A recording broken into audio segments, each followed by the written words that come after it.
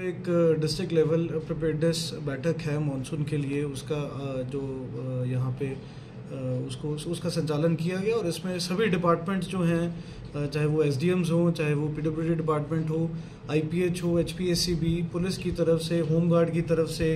Horticulture की तरफ से, सभी डिपार्टमेंट्स ने उसके अंदर अपनी जो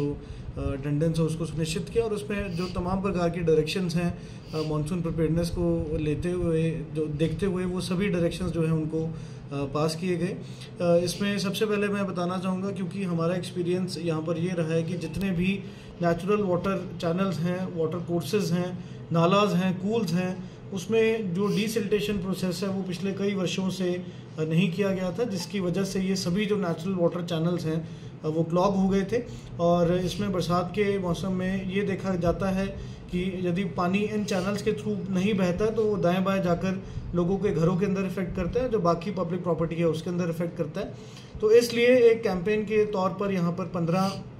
मई से पूरे ज़िले के अंदर एक जो मनरेगा के तहत एक कैंपेन शुरू किया गया, जिसमें जो जितने भी हमारे वाटर कोर्सेज हैं, नालाज हैं, चैनल्स हैं, कूल्स हैं, चेक डैम्स हैं, उनकी डिसिल्टेशन का कार्य शुरू किया गया। और इसमें जो पहला हमारा फोर्टनाइट था 15 मई से 31 मई के बीच में,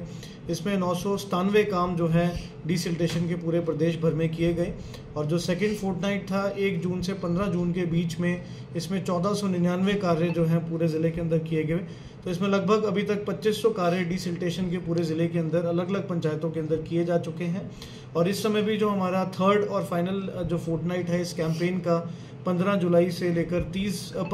लेकर 30 जून के बीच में, इसमें भी लगभग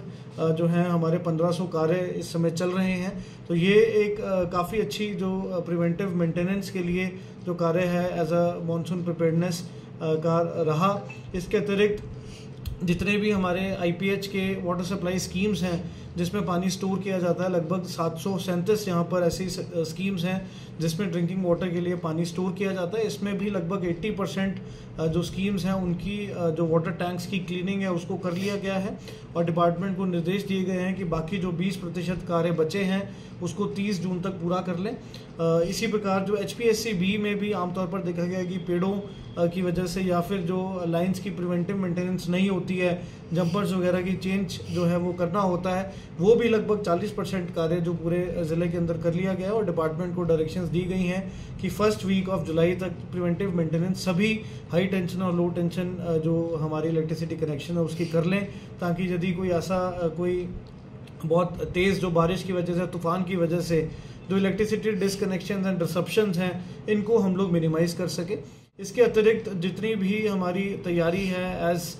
फार as the liaisoning between departments is concern, police विभाग, होम गार्ड्स, एनडीआरएफ, एसडीआरएफ और आर्मी के बीच में यदि कोई ऐसा जो डिज़ास्टर रिस्पांस माउंट करना पड़ता है तो उसकी भी सभी जो तैयारियां हैं वो पूर्ण हो चुकी हैं। एसडीएम्स को डायरेक्शंस दी गए हैं कि अपने जो रिलीफ जो आपका मटेरियल है, स्पेशली आपके राशन बैग्स वगैरह और जो बाकी चीज़ें हैं उनकी भी पर्याप्त मात्रा के अंदर उपलब्धता उसकी सुनिश्चित करें। साथ ही साथ जितने भी हमारे अर्थ मूविंग इक्विपमेंट हैं, क्योंकि आमतौर पर हमारा जो ज़िला है लैंडस्लाइड और फ्लडिंग 2 मेजर ऐसे डिज़ास्टर्स हैं जिसके लिए प्रोन रहता है, तो उसमें एक अर्थ मूविंग इक्विपमेंट की ज़रूरत बहुत ज़्यादा रहती है, चाहे वो फ्लडिंग हो, चाहे वो लैंडस्लाइड के लिए रोड्स की क्लियरेंस हो। तो उसमें भी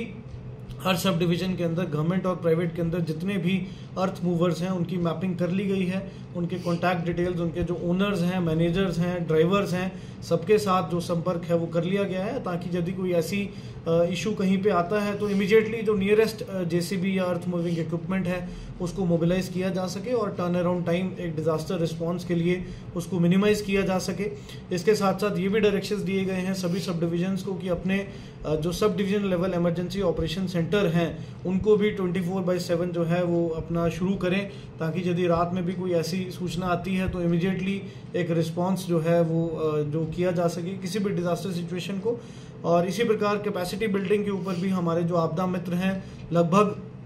पूरे ज़िले के अंदर 7000 आपदा मित्र प्लस वॉलंटियर्स हमने डीडीएमए के माध्यम से ट्रेन किए हैं, उनकी भी एक एसडीएम्स को डायरेक्शंस दी गई हैं कि 30 जून से पहले एक रीओरिएंटेशन एक्सरसाइज कर लें ताकि उनको भी अपनी रिस्पेक्टिव रोल्स एंड रिस्पॉन्सिबिलिटीज़ का पता रहे। इसके अतिरिक्त क्योंकि पौंग डैम के अंदर भी हमारे ड्राउनिंग के केसेस होते रहते हैं, पिछले